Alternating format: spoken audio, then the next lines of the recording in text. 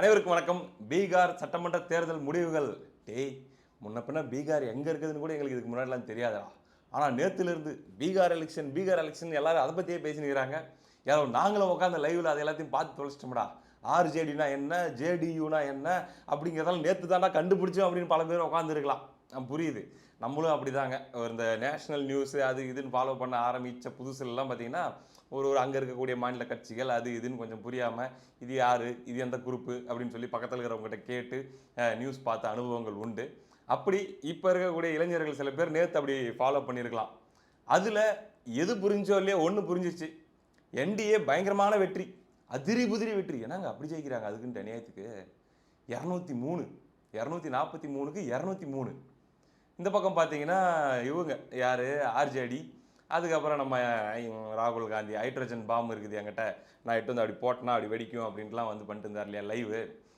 அவருங்க அவங்க டீமு 61 இடத்துல போட்டிட்டு பர்ஃபார்மன்ஸ்னால் இப்படி இருக்கணும்.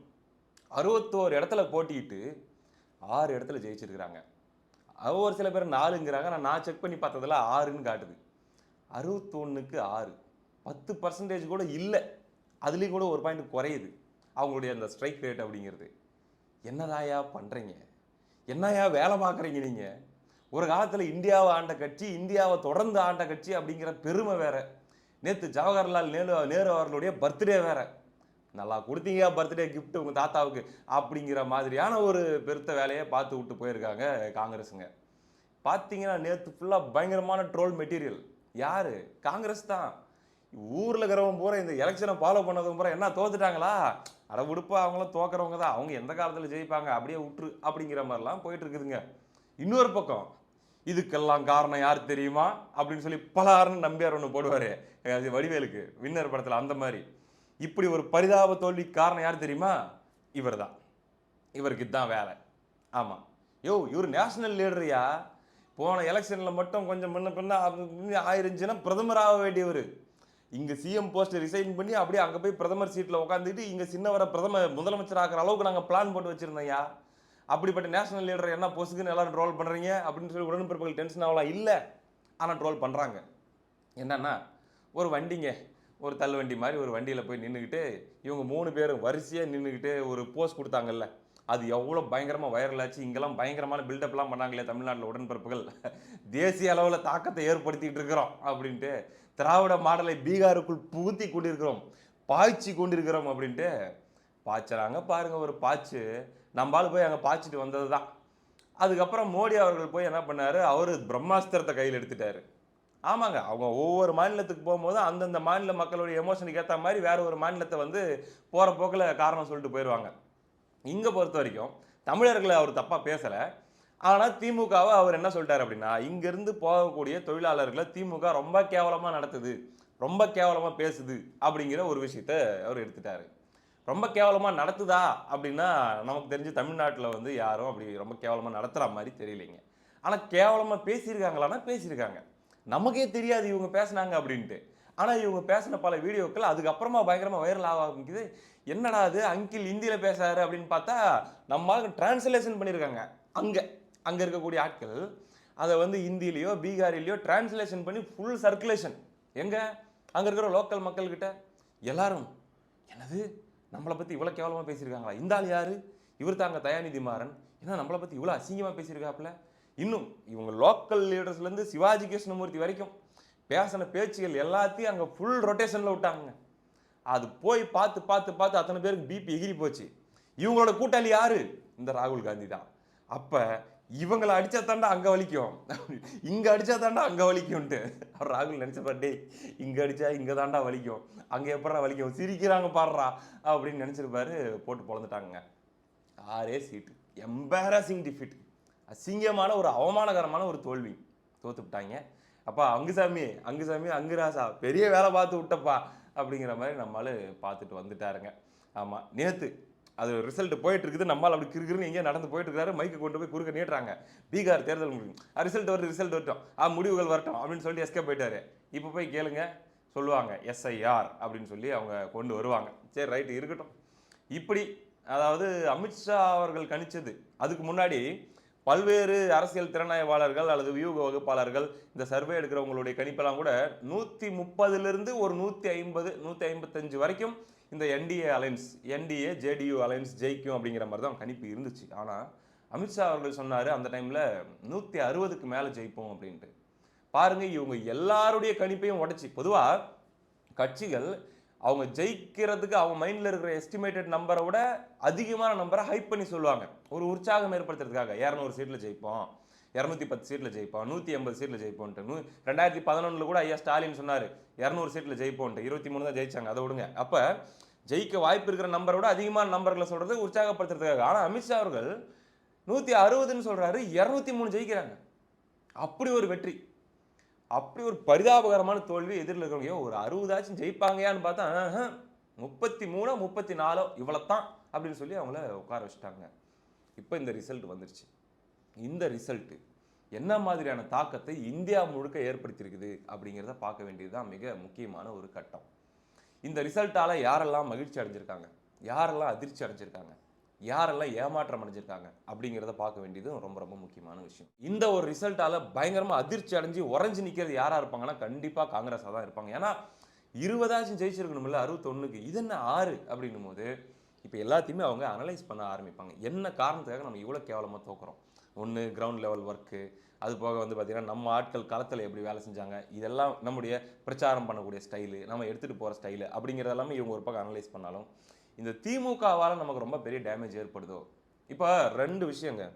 இது எப்படின்னா மாட்டிச்சு, நல்லா சிக்கலாக மாட்டிக்கிட்ட மாதிரியான ஒரு நிலைமை. தமிழ்நாட்டில் திமுக கூட கூட்டணி வச்சா 10 எம்பி நம்மளுக்கு சொலையாக கிடச்சிருது. ஆமாம், ஏன்னா பிஜேபி எதிர்ப்பு அப்படின்னு வரும்போது நாடாளுமன்ற தேர்தலில் அடிச்சிடறாங்க. திமுக சைட்லேருந்து எப்படி பார்த்தாலும் ஒரு 25 எம்பி பக்கம் வந்துடுறாங்க. பலம் கிடைக்குது தான், தமிழ்நாட்டில் ஒரு பெரும் பலம் கிடைக்குது, 35 எம்பிகள் வரைக்கும் கிடைக்குது இந்த கூட்டணியால். ஆனால் இவங்களோட சகவாசம் வச்சுட்டு இருக்கிறதுனால தமிழ்நாடு தவிர மற்ற மாநிலங்களில் நமக்கு எவ்வளோ பெரிய டேமேஜ் ஏற்படுது இதே திமுகவால். ஒன்றும் இல்லை, இவர் உதயநிதி ஸ்டாலின் அவர்கள் பேசின அந்த பேச்சு, சனாதனம் குறித்து உதயநிதி ஸ்டாலின் அவர்கள் பேசின பேச்சுங்க நீங்கள் நம்ப மாட்டீங்க. நான் ஏற்கனவே 2 தடவை சொல்லியிருக்கிறேன், மீண்டும் இந்த நேரத்தில் இது நினைவுபடுத்தினா தான் சரியாக இருக்கும். சும்மா ஏதோ சோசியல் மீடியாவில் நம்மளை மாதிரி வந்து ரொம்ப ஓரளவுக்கு எப்பயுமே மொபைலே பார்த்துட்டு இருக்கிற ஆட்கள் மத்தியில் மட்டும்தான் பரவச்சு அப்படின்னு நினச்சா அது மாதிரியான ஒரு முட்டாள்தனம் எதுவுமே இல்லைங்க. வட இந்தியா பொறுத்த வரைக்கும் சனாதனம் அப்படிங்கிறதுக்கான பொருளே வேற. அவங்கள பொறுத்த வரைக்கும் சனாதனம்ங்கிறது ஒரு வாழ்வியல், சனாதனம் என்கிறது ஒரு தர்மம், சனாதனம் என்பது நம்முடைய மதம், நம்ம கும்பிடுற சாமி, இதுதான் அவங்களுடைய புரிதல். அப்படி இருக்கக்கூடிய சூழல்ல உதயநிதி அவர்கள் பேசின சனாதனத்தை வந்து பார்த்தீங்கன்னா இந்த கிருமிகள்லாம் ஒழிக்கிற மாதிரி ஒழிச்சிடணும்னு பேசின அந்த ஒரு பேச்சு ரொம்ப நூக்கன் கார்னர் வரைக்கும், அதாவது தினசரி கூலி வேலைக்கு போய்கிட்டு அந்த டிவியில் நியூஸ் பார்க்கவோ அல்லது வந்து மொபைல் பார்க்கவோ நேரம் இல்லாத தாய்மார்கள் அல்லது வந்து அங்கே இருக்கக்கூடிய ஆட்கள் வரைக்கும் ரீச் ஆகிருக்குது அப்படிங்கிறது மிரண்டு போக வைக்கக்கூடிய ஒரு செய்தி. ஒரு குறிப்பிட்ட மாநிலத்தில் மட்டுமானா இல்லைங்க. ஒன்றும் இல்லை, நான் ஏற்கனவே சொல்லியிருக்கேன், அதனால் சில பேர் இந்த செய்தி ஏற்கனவே கேட்டிருந்தா பொறுத்துக்கங்க. சத்தீஸ்கருக்கு நான் போயிருந்தப்ப ஒரு இடத்துல, ஒரு கிராமத்தில் ஒரு டீ கடையில், குடிசை போட்டிருக்கிற ஒரு டீ கடைங்க, பார்த்தீங்கன்னா அந்த அந்த கடையுடைய அமைப்பிலிருந்து அங்கே இருக்கக்கூடிய பொருள்கள்லாம் பார்த்தீங்கன்னா ஒரு மாதிரி நமக்கு ஒரு பழைய ஃபீல் கொடுக்கும். அப்படி ஒரு ரொம்ப சின்னதாக எளிய ஒரு கடை. அதில் கடையை நடத்திட்டு இருக்கிறவங்களும் பார்த்தீங்கன்னா ரொம்ப ரொம்ப ஏழைகளாக இருக்காங்க பார்க்குறதுக்கு, நமக்கு பார்க்கும்போதே தெரியுது. நான் போய் ஒரு டீ வாங்குறேன். வாங்கும்போது டீ சாப்பிட ஆரம்பிக்கும் போது அந்த கடையில் இருந்த அண்ணன், ஒரு 35 வயசு இருக்கலாம், ஒரு 40 வயசு இருக்கலாம். அவர் கேட்குறாரு, பக்கத்துலேயே அவங்க அம்மா இருக்காங்க, அவங்களாம் பார்த்தாலே தெரியும் கண்டிப்பாக அவங்களுக்கு கல்வியறிவுலாம் இருக்கிறதுக்கு வாய்ப்பே இல்லை. அவர் என்கிட்ட அப்படி கொஞ்சம் லைட்டாக பேச்சு போடுறாரு, எந்த ஊர் என்னன்ட்டு. நானும் சொல்கிறேன், ஏதோ ஒரு ஹிந்தி வார்த்தையை பிடிச்சி நான் அப்படி லைட்டாக ரிப்ளை பண்ணுவேன். அப்போ நான் தமிழ்நாடு அப்படின்னு நான் சொன்னதுக்கு, தமிழ்நாடு சென்னையா, ஓகே அப்படின்னு சொல்லிட்டு ஹிந்தியில் அவர் கேட்குறாரு, உங்கள் சிஎம் தானே, உங்கள் சிஎம் உடைய மகன் தானே சனாதன தர்மத்தை பற்றி தப்பாக பேசுனது, ரொம்ப மோசம் ரொம்ப மோசம் அப்படின்ட்டு அவர் அதுக்கப்புறம் ஹிந்தியில் ஏதோ அவர் திட்டிகிட்டே பேச ஆரம்பிக்கிறாரு. நான் மிரண்டேன். யோ, எந்த அளவுக்கு கொண்டு போய் ரீச் பண்ணியிருக்காங்க பிஜேபி இந்த விஷயத்த. இத்தனைக்கும் பார்த்தீங்கன்னா சத்தீஸ்கர் வந்து காங்கிரஸ் ஆண்டுட்டு இருந்த மாநிலம், இப்போதான் பிஜேபிக்கு கடந்த எலெக்ஷனில் தான் மாறுச்சு. ஆனால் அங்கே கூட அவ்வளோ டீப்பாக இவங்க இங்கே விடுற ஸ்டேட்மெண்ட், எங்கேயோ பெரியார் அரங்கத்தில், எங்கேயோ ஒரு ஈவேரா கருத்தரங்கத்தில் நின்றுட்டு இவங்க பேசுகிற அந்த பேச்சு ஸ்டேட்மெண்ட் அப்படிங்கிறது இந்தியா ஃபுல்லாக எவ்வளோ பெரிய தாக்கத்தை சென்டிமெண்ட் ரீதியாக ஏற்படுத்துது அப்படின்னு பார்க்கும்போது தான் காங்கிரஸ்க்கு இவங்க எவ்வளோ பெரிய சுமை, எவ்வளோ பெரிய டெட் வெயிட். இங்கே இந்த டெட் வெயிட் அப்படிங்கிற கான்செப்ட் வந்து 2 பேர் நடுவுலையும் போயிட்டு இருக்குதுங்க. காங்கிரஸை திமுக டெட் வெயிட்டாக பார்க்குது. குறிப்பாக திமுகவுடைய ஆதரவாளர்கள், திமுகவுடைய உடன்பிறப்புகள்லாம் என்ன சொல்கிறாங்க, இது ஒரு சும நமக்கு, இது இது ஒரு பணத்தை தூக்கிட்டு சுமந்து சுத்துற மாதிரி இருக்குது நமக்கு. இவங்களுக்கெல்லாம் 25 சீட்டே அதிகம், இவங்களை கழட்டி விட்டுட்டு போனா நல்லா இருக்கும் அப்படின்னு சொல்லி இங்க தமிழ்நாட்டில் காங்கிரஸை திமுக ஒரு சுமையா பார்க்குது. திமுக இருக்கக்கூடியவங்க சுமையா பார்க்குறாங்க. ஆனா அதே வேளையில தமிழ்நாட்டை தவிர மற்ற மாநிலங்கள்ல காங்கிரஸுக்கு திமுக மிகப்பெரிய சுமையா இருக்குது. ஏன்னா இவங்களுடைய இந்த இமேஜ், இந்த ஈவேரா அது இதுன்னு இவங்க பேசிட்டு இருக்கிற அந்த கடவுள் மறுப்பு, கடவுள்களை இழிவாக பேசுதல் அப்படிங்கிற இவங்களை சார்ந்தவர்களுடைய பேச்சுகள் அப்படிங்கிற விஷயங்கள் எல்லாமே சீரிய தாக்கத்தை அங்க வட மாநிலங்களில் ஏற்படுத்தி காங்கிரஸ் சோழிய ஒவ்வொரு மாநிலத்திலையும் முடிச்சு விடுது. மோசமான ஆட்களோட இவங்க கூட்டணி வச்சிருக்காங்க, தப்பான ஆட்களோட இவங்க கூட்டணி வச்சிருக்காங்க அப்படிங்கிற அளவுக்கு அங்க அவங்க பேர் இருக்கிறதுனால இது பெரிய டேமேஜ். இப்போ அப்படியே வட இந்திய தொழிலாளர்கள் விஷயத்தில் வருவோம். அதுல திமுக காரங்க பேசின அந்த கேவலமான பேச்சுகள் எல்லாமே இப்போ பெரிய தாக்கத்தை அனைத்து வட மாநிலங்களிலுமே பரவலாக ஏற்படுத்தியிருக்கிறது. அப்போ இந்த திமுக மீதான வட மாநிலங்களில் இருக்கக்கூடிய அந்த மக்களுக்கு, எளிய மக்களுக்கு இருக்கக்கூடிய அந்த ஒரு அருவருப்பான உணர்வு, அந்த உணர்வு காங்கிரஸ் மீது அங்க பிரதிபலிக்குது. இங்க போய் யாரும் ஊபிஸ் யாரும் அங்க போட்டி போறதில்லை, இங்க இருக்கிற ஊபிஸ். ஆனா அங்க நிக்கிற காங்கிரஸ்காரங்க அதுக்காக அடி வாங்குறாங்க. இந்த சூழல்ல இந்த கூட்டணி இனிமேலும் தேவையா? இவங்கள இப்போ திமுகவை தூக்கிட்டு நம்ம சுமக்கிறது மூலமா தமிழ்நாட்டை தவிர மற்ற எல்லா ஊர்லயும் அடி மிதி வாங்குறோம்.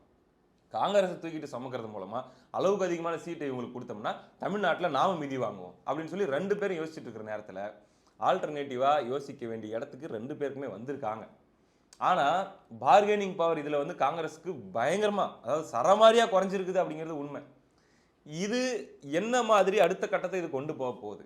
இப்போ தமிழ்நாட்டில் ஒவ்வொரு கட்சி வாரியாக என்ன மாதிரியான தாக்கத்தை இந்த பீகார் தேர்தல் முடிவுகள் ஏற்படுத்தியிருக்குது? ஒவ்வொரு கட்சிக்கும் ஒரு தாக்கத்தை ஏற்படுத்தியிருக்குது. திமுகவுக்கு ஒரு தாக்கம், காங்கிரஸுக்கு ஒரு தாக்கம், அதே போல திமுக கூட்டணியில் இருக்கக்கூடிய கட்சிகளுக்கு ஒரு தாக்கம், தாவேகாவுக்கு ஒரு தாக்கம், அதிமுக, பாஜக, இப்படி எல்லா கட்சிகளுக்குமே, எனக்கு தெரிஞ்சு நாம் தமிழர் கட்சியை தவிர மீதி எல்லா கட்சிகளுக்குமே இந்த பீகார் ரிசல்ட் அப்படிங்கிறது ஒவ்வொரு மெசேஜை கன்வே பண்ணியிருக்குது. அது என்ன மாதிரி இப்போ அவங்க கால்குலேஷன் போட்டுட்டு இருப்பாங்க? அடுத்த நகர்வுகள் என்னவா இருக்கலாம்? இப்போ கரண்டாக என்னென்ன டெவலப்மெண்ட்ஸ் போயிட்டு இருக்குது அப்படிங்கிற எல்லா செய்தியுமே நம்ம அடுத்த வீடியோவில் பார்க்கலாம். இந்த சூழலில் சோசியல் மீடியாவில் நேற்று இருந்தே வெறித்தனமான சண்டை திமுகவுக்கும் காங்கிரஸுக்கும் நடுவில் ஏற்பட்டிருக்குது. அது என்ன அப்படிங்கிறது எல்லாமே நம்ம அடுத்த வீடியோவில் பார்ப்போம். அடுத்த காணொலியில் சந்திப்போம். நன்றி.